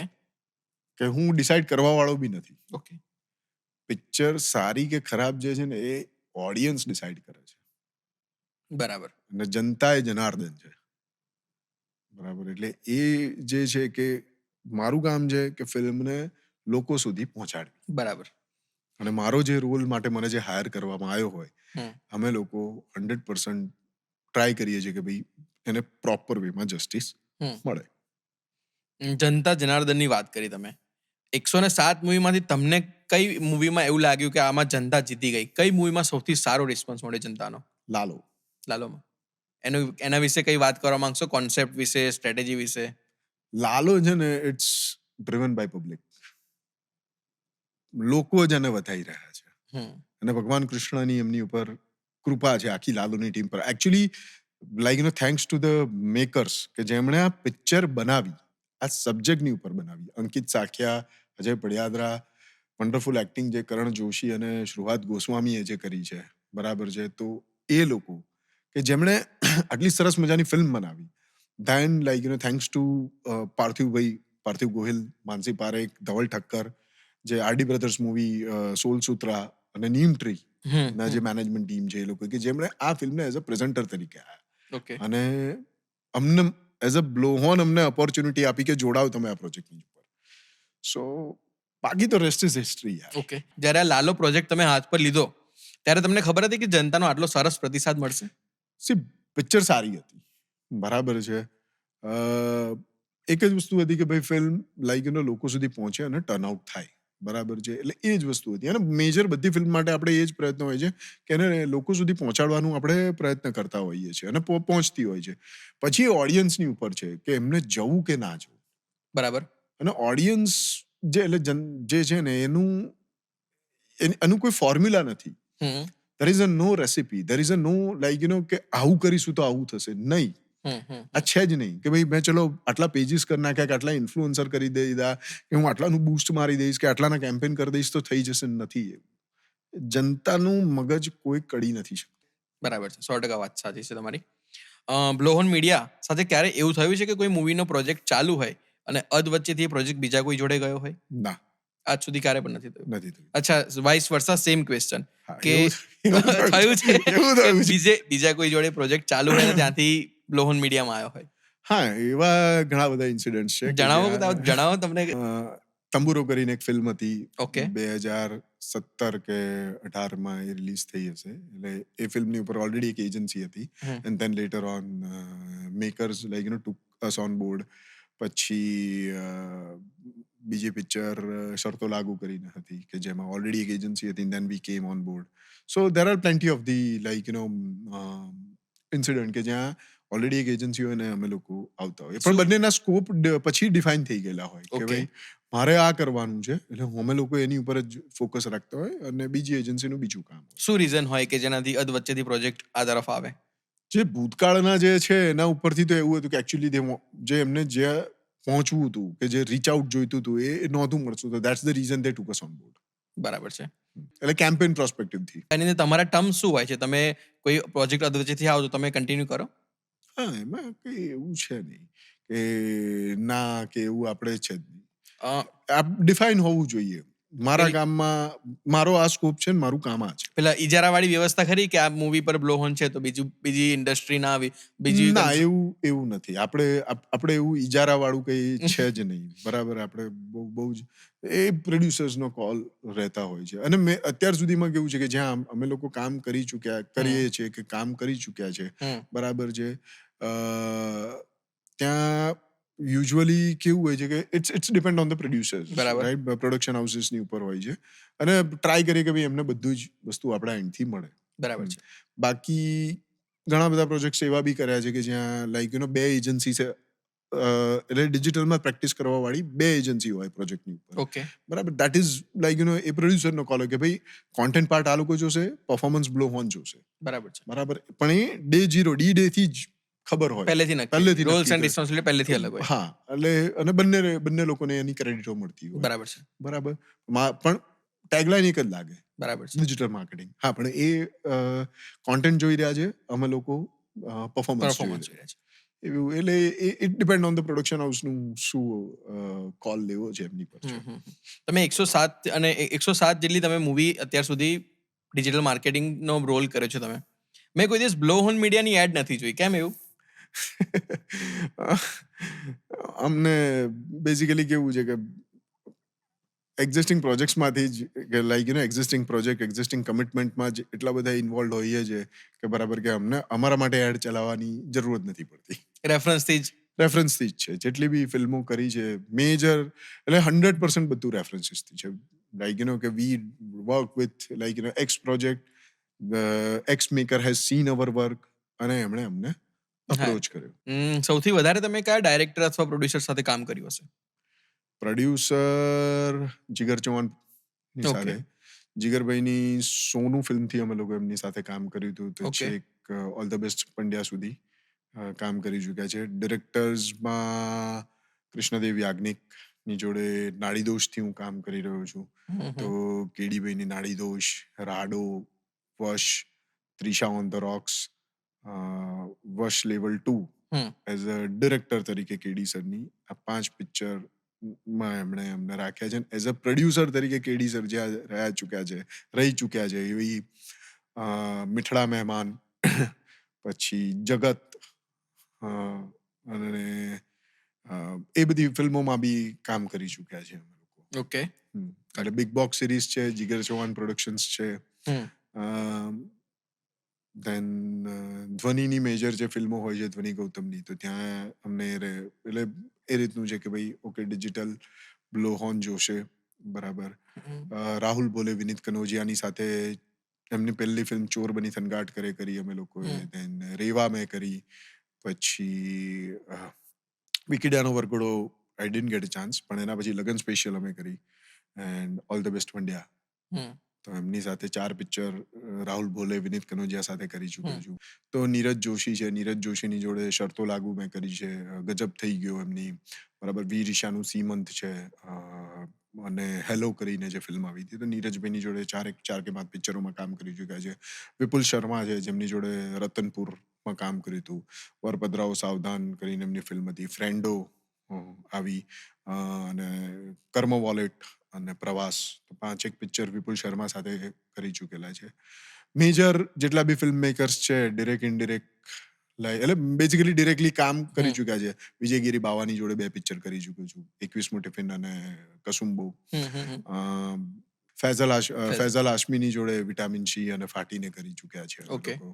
ધર્મેશ મહેતા સાથે જયસુખ ઝડપાયો, મોમ તને નહીં સમજાય, અને ધર્મેશભાઈની એક પિક્ચર આવી રહી છે જય કનૈયાલાલ કી, ઓકે. તો એમાં અમે લોકો કામ કરી ચૂક્યા છે. તમે આટલા બધા ડાયરેક્ટર પ્રોડ્યુસર સાથે કામ કર્યું, મેં ક્યારે સંદીપ સરની પિક્ચર અને કોકોનટ મોશનની પિક્ચરની અંદર બ્લોહોન મીડિયાનું નામ નથી જોયું. કેમ?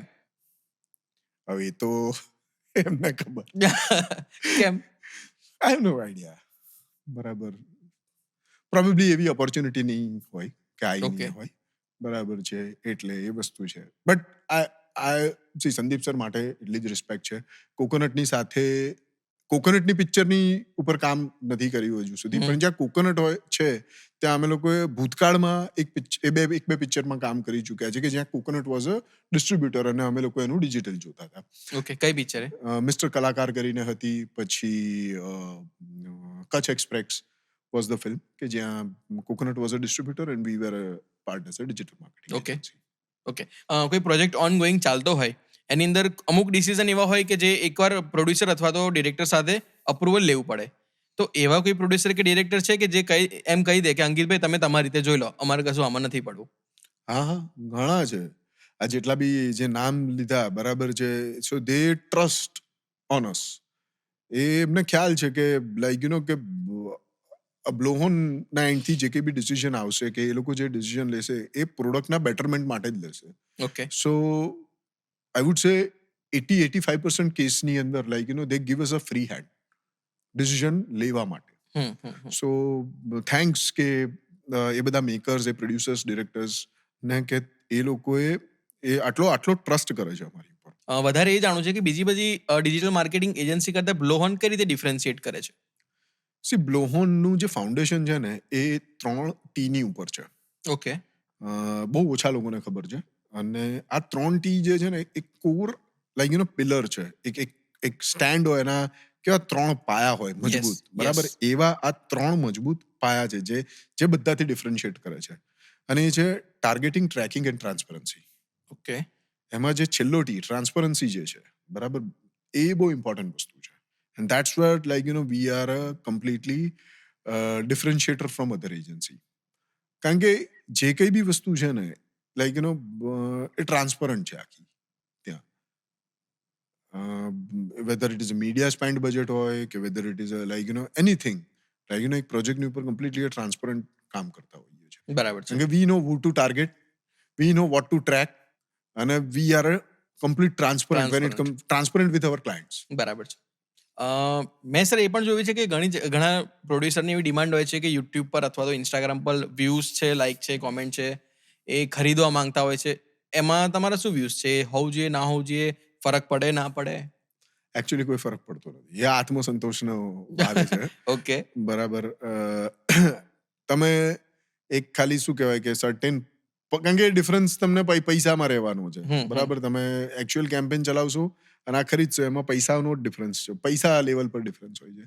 તો એ પેલું ના ચક્કરમાં, એ આત્મસંતોષ લેવાના ચક્કરમાં, બરાબર છે, તમે આખી જે ચેનલ છે એની ઉપર તમે તો બગાડશો, બરાબર છે. અને બીજી વસ્તુ છે કે લોકોને ખબર જ નથી, એ નંબર જે છે, એ નંબર તમારો આવી ગયો, બરાબર, એ તમને ને તમારી કોર ટીમને ખબર હશે, બરાબર. પણ બહાર ઓડિયન્સે થોડું જોયું છે કે પિક્ચરનું ટ્રેલર કે પિક્ચરનું ટીઝર.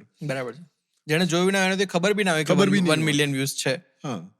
સો દેટ્સ ધી એ આત્મસંતોષ પ્રોડ્યુસર પોતાના માટે કરતા હોય તો અલગ વસ્તુ છે. ઓકે. બ્લોહોન મીડિયા એવી એક્ટિવિટીને સપોર્ટ કરે છે? ના, નહીં. ઓકે. કોઈ મને કે અમને કે આવું કરવું છે તો અમે ના પાડી દઈએ છીએ, નથી કરવું, નહીં થાય, ઓકે. બરાબર અને છે. અમે કરતા બી નથી એ વસ્તુ.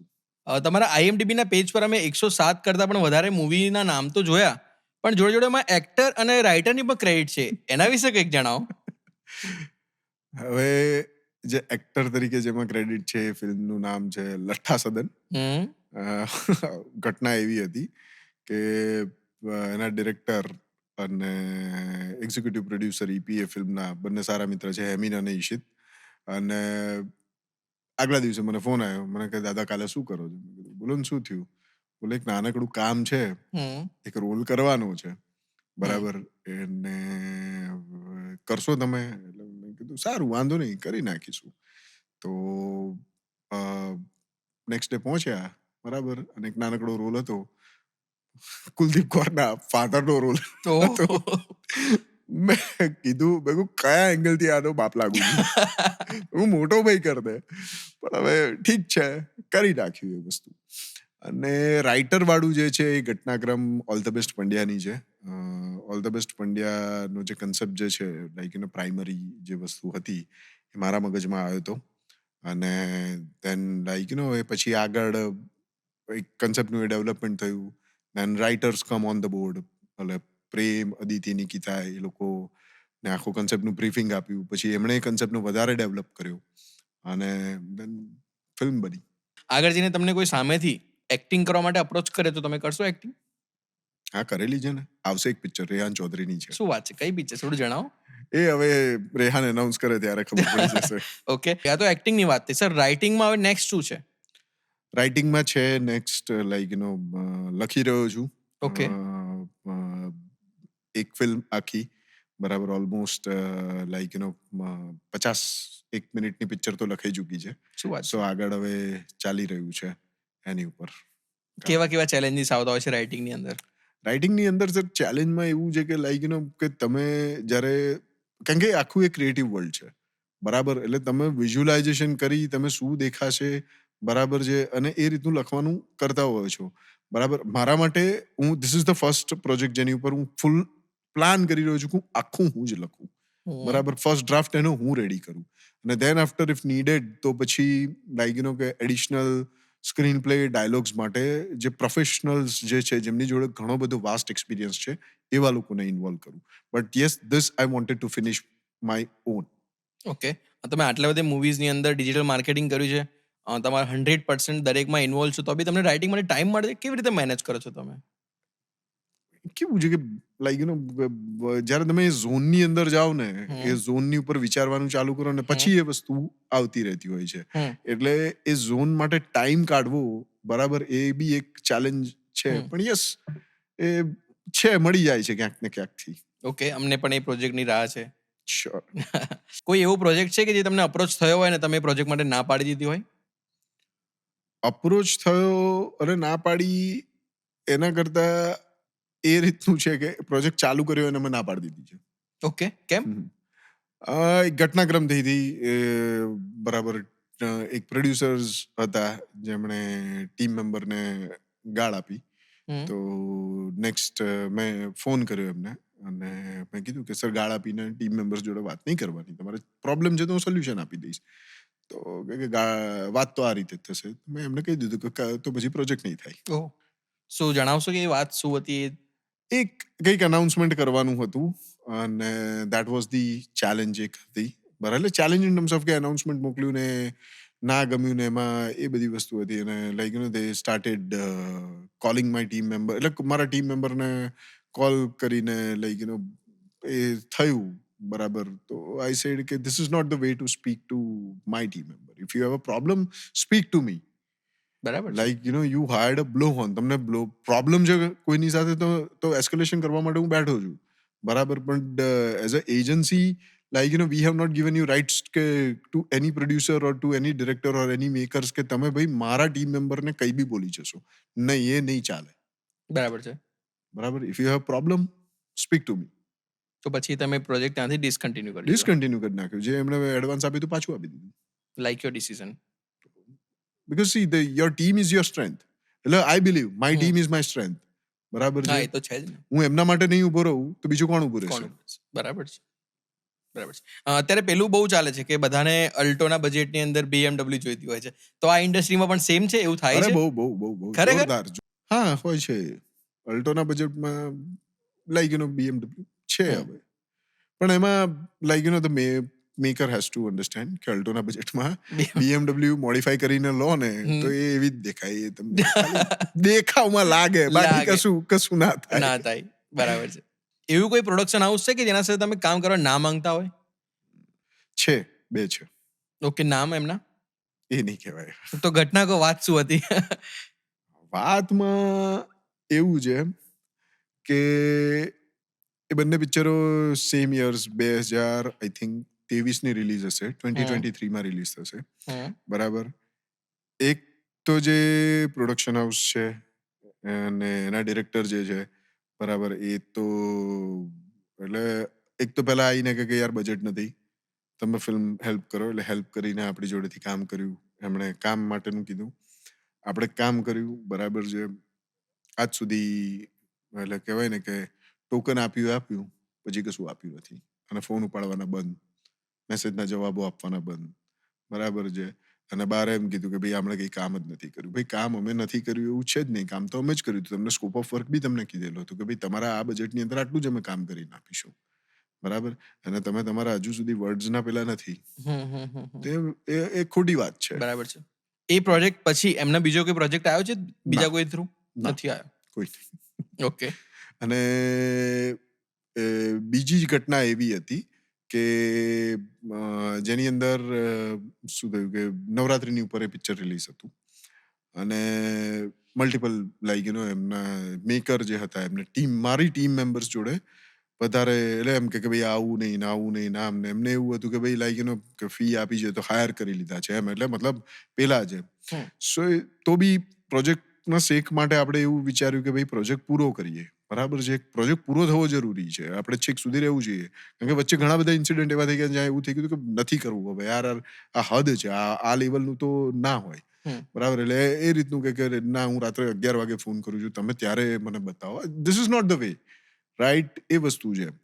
અને અમે લોકો બાય ડિફોલ્ટ અમારો એક ક્લોઝ હોય છે કે this is like we are a shared edge, એટલે મતલબ મલ્ટિપલ પ્રોજેક્ટ્સ પર કામ કરવાના જ છીએ, બરાબર. તો તમે ફૂલ ટાઈમ અને કોઈ એના માટે અમને હાયર નથી કરી રહ્યા, બરાબર છે. સેકન્ડ વસ્તુ, એ પ્રોજેક્ટના ને એ પ્રોડક્શન હાઉસની જોડે એટલા માટે કારણ કે બીકોઝ લાઈક એગ્રીમેન્ટ સાઇન થયા હતા બધા, બરાબર છે. સો હવે તો એ પ્રોસ્પેક્ટિવથી છે કે હું કે ભાઈ કે રાત્રે તમે આ કરીએ તે કરીએ, એ વસ્તુની ઉપર હતી કે ભાઈ આ ચેન્જીસ, આવા ચેન્જીસ ને આ બધું જોઈએ. ચેન્જીસ કરવામાં વાંધો નથી, પણ કહેવાની રીત હોય, બરાબર. તમને ચેન્જ કહેવાની એક રીત હોય, બટ એ એમને વાત કરવાનું નહોતું. અને that was the time of like release ફિલ્મની હતી, અને મારો બર્થડે જ હતો એ દિવસે, અને એક બબાલ થઈ, હાર્ડ ડ્રાઈવો લઈ અને હું તો પહોંચી ગયો હતો પ્રીમિયરમાં. મેં કહ્યું લો, નથી કરવું આપણે, કઈ નહીં. 2 દિવસ પછી પાછા આવીને કે હવે કરીએ આપણે, સોરી. તો પછી કર્યું તમે? એટલે પછી કેવું હતું કે મલ્ટિપલ ફોન્સ, ઘણા બધાને વસ્તુ રેફરન્સ કે, અને મેં બી કે ચલો ભાઈ આટલે સુધી લઈને આવ્યા છે તો અમને પતાવી આપીએ, પણ હા, ગોઈંગ ફોરવર્ડ હું નહીં કરું. આવા કોન્ફ્લિક્ટ થતા હોય છે, તો નવો પ્રોજેક્ટ તમે જ્યારે હાથ પર લો, નવા પ્રોડ્યુસર હોય, તો તમે કઈ કઈ વસ્તુઓ ધ્યાનમાં રાખો? એમનું બેકગ્રાઉન્ડ ચેક કરું છું હવે તું. કારણ કે C we don't want to get in two that. એવું નથી કે લાઈક કે પેલી છે વસ્તુ એમ ડરીએ છે કે એવું નથી. વસ્તુ શું છે કે સી તમે પ્રોફેશનલી જોડાયા છો, આપણે બી પ્રોફેશનલી જોડાયા, તો લેટ્સ બી પ્રોફેશનલ, રાઈટ. બરાબર છે. અને હ્યુમન્સ કામ કરે છે, there is no like કે machines are not working. So if you think એવી જો તમારી મેન્ટાલિટી હોય કે ના ભાઈ હું 100 રૂપિયા આપું છું આને, બરાબર છે, તો આ મારા માટે 24 કલાક અવેલેબલ હોવું જોઈએ, બરાબર, તો તમે ભૂલતા છો. હા, સિચ્યુએશનો એવી હોય, બરાબર છે, કે એવું કંઈ ક્રાઇસિસ આયા હોય, સો yes we R available, we are doing that, we have done that, અને વી વુડ ડુ દેટ. ઘણા બધી ફિલ્મોમાં એવા ક્રાઇસિસ વાળી સિચ્યુએશનો આવી ચૂકી છે રિલીઝની ઉપર, જ્યાં team continuous over the weekend કામ કરતી રહેતી હોય છે, 12 18 કલાક સુધી કામ કર્યું છે અમે લોકોએ. પણ જસ્ટ લાઈક પેલું જે છે કે ભાઈ પૈસા આપ્યા છે તો લાવો અમને પેલું કરીએ, એ ખોટું રીતે નહીં આવે, એ એવી રીતે નહીં કરવાનું. બરાબર છે. ફાઇનલી આપણે રેપિડ ફાયર કરીએ, પણ એની પહેલા એક સવાલ એ છે સર કે 2013 થી તમે આ ઇન્ડસ્ટ્રીમાં છો, અત્યારે 2025 ચાલે છે, તો આટલા વર્ષોની અંદર તમને ગુજરાતી ફિલ્મ ઇન્ડસ્ટ્રીનો ગ્રોથ કેવો દેખાયો અને આગળના 10 વર્ષોમાં કેવો દેખાય છે?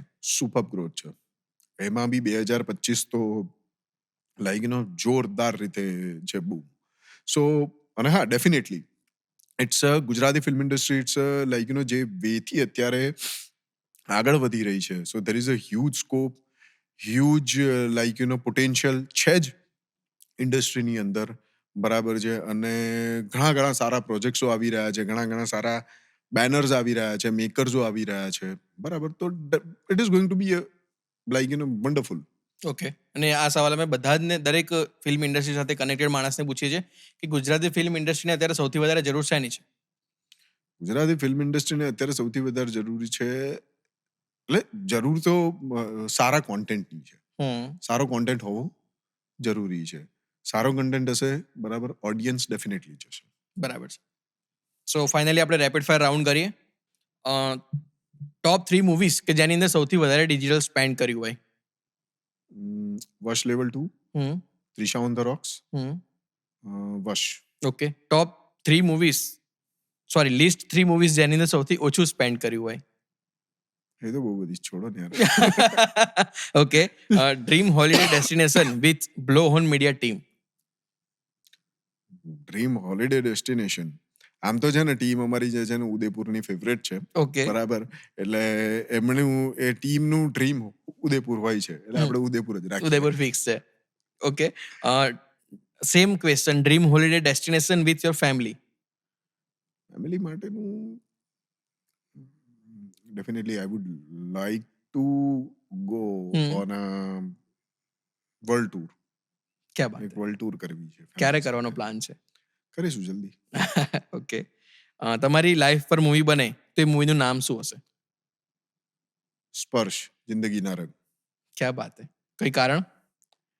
કવ જે છે ને આખો લાઈફનું, હમ. જેમ કીધું ને આગળ, હમ. 21 વર્ષે આંખ ગઈ, 39 વર્ષે એટેક આવી ગયો, બરાબર છે. અપ્સ એન્ડ ડાઉન્સ આવી ગયા, ઘણા બધા રિજેક્શન્સ આગળ આવી ગયા.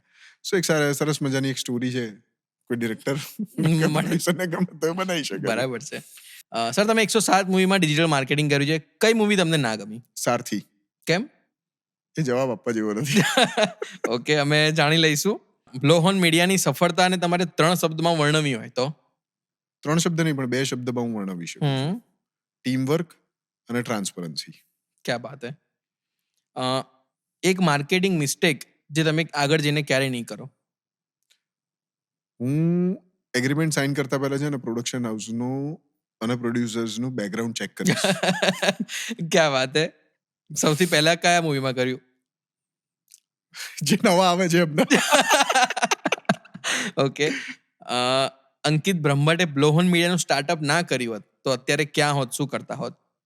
અંકિત બ્રહ્મભટ્ટ બ્લોહોન ના હોત, એટલે વગર બ્લોહોને મેં ઇમેજિન જ નથી કર્યું. Okay. I am an accidental entrepreneur જે છે કે કરતો ગયો ને બસ ચાલતો ગયો. સર, 3 પ્રોડ્યુસર જણાવો જેની સાથે તમે સૌથી વધારે કામ કર્યું હોય. જીગર ચૌહાણ, નિલય ચોટાઈ અને કૃષ્ણદેવ યાજ્ઞિક. કૃષ્ણદેવ યાજ્ઞિક તો ડિરેક્ટર નહીં? પ્રોડ્યુસર બી છે. શું વાત છે. ઓકે. એક એક્ટર જેના સાથે સૌથી વધારે કામ કર્યું હોય તમે? એક ઘણા બધા. જણાવો. ચેતન દૈયા, હેમાંગ દવે, મલાર ઠાકર, રોનક કામદાર, યશ સોની, સિદ્ધાર્થ રાંદેરિયા. ઓકે. એક એક્ટર જેના સાથે તમે આગળ જઈને કામ નહીં કરો? એ એક્ટરે ઇન્ડસ્ટ્રી છોડી દીધી છે. ઓકે. ઓકે. એ એક્ટર હતા ખરા? નતા. ઓકે. કોઈ એક્ટ્રેસીસના નામ જેની સાથે વધારે ફિલ્મો કરી હોય, જેની ફિલ્મો તમે વધારે ડિજિટલ માર્કેટિંગ કરી હોય? ઘણી બધી એક્ટ્રેસીસ છે, જેમ કે મોનલ છે, શ્રદ્ધા ડાંગર, જાનકી બોડીવાલા, એશા કંસારા, જેમની સાથે જેમની ફિલ્મો ઉપર કામ કરેલું છે. ઓકે. લાસ્ટમાં સર અમે તમને એક ટાસ્ક આપવા માંગે છે, જો તમે હા પાડો તો. બોલો. 107 ફિલ્મ તમે અત્યાર સુધી ડિજિટલ માર્કેટિંગ કરી છે, બરાબર છે. અમે તમને ટાસ્ક આપે છે કે તમને કેટલા મૂવીના નામ યાદ છે એ જણાવો અમને. હું તમારી સાથે, તમે જે રીતે મૂવીના નામ બોલશો હું મૂવીના નામ કાઉન્ટ કરીશ. ટ્રાય કરું. ઓકે. રોમાન્સ કોમ્પ્લિકેટેડ, એના પછી શોરગુલાઈ, એના પછી Hardik Abhinandan, carry on Kesar, made for each other, આવતારું કરી નાખું, ચોર બની થનગાટ કરે, એના પછી આવી vitamin she, Tamburo, union leader, એના પછી આવી રતનપુર, રેવા, લાંબો રસ્તો, તારી માટે વન્સ મોર, ફેમિલી સર્કસ, શરતો લાગુ, એના પછી આવી આઈ એમ એ ગુજ્જુ. આ 2018ની ફિલ્મો હતી. દેન 2019 ચાલુ થયું, એમાં આવી હવે થશે બાપરે, Lapet, order out of order, એના પછી 47 Dhansukh Bhavan, teacher of the year, Hungama house કરી, એના પછી મિસ્ટર કલાકાર અને ગુજરાત 11. આ 2019ની રિલીઝ હતી. 2020 we started with G the film કરીને હતી. દેન લવની લવ સ્ટોરી, અફરાતફરી, પાત્ર અને તારી સાથે અને 21મું ટિફિન. તારી સાથે ને 21મું ટિફિન આઈ ગેસ 2021 રિલીઝ હતી. 2020નું તો કહી દીધું. 22 અમે ચાલુ કરી રક્તબીજ, ગજબ થઈ ગયો, પેટી પેક, સોનું તને મારા પર ભરોસો નહીં કે, જયસુખ ઝડપાયો, ઘંટડી, નાડીદોષ, પછી એક નાનકડી 2 ફિલ્મો હતી, પરિચય, સારથી, રાડો, મને લઈ જા, એના પછી આઈ હે કેમ છો લંડન, પછી વીર ઈશાનું સીમંત, એના પછી આઈ હું તારી હીર, એના પછી ચબૂતરો અને મેડલ અને ધમણ. આ અહીંયા અમે 2022 પૂરું કર્યું હતું. 2023 ચાલુ થઈ કચ્છ એક્સપ્રેસ, કોંગ્રેચ્યુલેશન, વશ, સપ્તરંગ, કર્મ, આગંતુક, હેલો, એના પછી આવી જય શ્રી ક્રિશ, આઈ વિશ, પછી ગુલામચોર, વરપતરાવ સાવધાન, બચુભાઈ, હું અને તું, મીરા, હરિઓમ હરી. અહીંયા 2023 પૂરું થયું. 2024 વી started with Danny Jigar, Itta Kitta, Lagan special, Kasumbo, vanilla ice cream, Monam, Jagat, એના પછી આવી Jamkudi, Trisha on the rocks, builder boys, Ram Bharose, Vaar તહેવાર, ઉડનછુ, લગન સ્પેશિયલ, ભલે પધાર્યા, કર્મ વોલેટ, અજબ રાતની ગજબ બાદ, ધ ગ્રેટ ગુજરાતી મેટ્રીમોની અને લઠ્ઠા સદન. એના પછી લઠ્ઠા સદને 2024 પૂરું થયું હતું. એના પછી 2025 વી સ્ટાર્ટેડ વિથ વિક્ટર 303, મોમ તને નહીં સમજાય, તારો થયો, ફાટીને, ઈલુ ઈલુ, ઓલ ધ બેસ્ટ પંડ્યા, મીઠડા મહેમાન, શસ્ત્ર, જય માતાજી લેટ્સ રોક, શુભચિંતક, વેલ્ડન સીએ સાહેબ, જલેબી રોક્સ, ગોતીલો, વાલી, સંઘવી એન્ડ સન્સ, મહારાણી, વશ લેવલ 2, ફરી એકવાર, લાલો કૃષ્ણ સદા સહાય દે, ચણિયાટોળી અને પ્રવાસ. 105. 105 થી? હમ હા, તો તે ડિજિટલ માર્કેટિંગનું પૂછ્યું ને, અચ્છા, એટલે 105 છે આ બધી ફિલ્મો. 105. હા, અને બીજી જે 2 રહી એ એક ડોક્યુમેન્ટરી હતી ને મિસરી કરીને એક ફિલ્મ છે જેમાં અમે લોકો મ્યુઝિક ડિસ્ટ્રીબ્યુશન કર્યું શું હતું. વાત છે, તમને 107 ફિલ્મના નામ યાદ છે. હા. અને આને કહેવાય real entrepreneur. Ankit sir, thank you so much for joining અસ. તમે અમારું આમંત્રણ સ્વીકારીને અહીંયા આવ્યા, અમને આટલું બધું નોલેજ આપ્યું, અમને ખૂબ મજા આવી. અંતમાં તમે અમારા દર્શકોને શું કહેવા માંગશો ગુજરાતી ફિલ્મ વિશે? બસ ઓડિયન્સને એટલું જ કહેવા માંગીશ કે સારી ફિલ્મો બની રહી છે, સારી ફિલ્મો આવી રહી છે, બરાબર છે. અમે ટ્રાય કરીએ છીએ કે એને મેક્સિમમ તમારા સુધી પહોંચાડવાનો પ્રયત્ન કરીએ ડિજિટલ સ્પેસની અંદર. બસ આ જ રીતે મજા કરતા રહો, જોતા રહો બરાબર ગુજરાતી ફિલ્મો. અને હા, ધવલ રાવલની ચેનલને સબસ્ક્રાઇબ કરવાનું ના ભૂલતા. હા, નીચે બટન આવશે. Please subscribe the channel. અને સર, તમને પણ જે તમે પ્રોજેક્ટ લખી રહ્યા છો એના માટે તમને પણ શુભકામનાઓ. Thank you. બહુ જલ્દીથી એ પ્રોજેક્ટ તમારો ઓન ફ્લોર થઈ જાય એવી શુભેચ્છા. Thank you so much. Thank you so much sir. Thank you.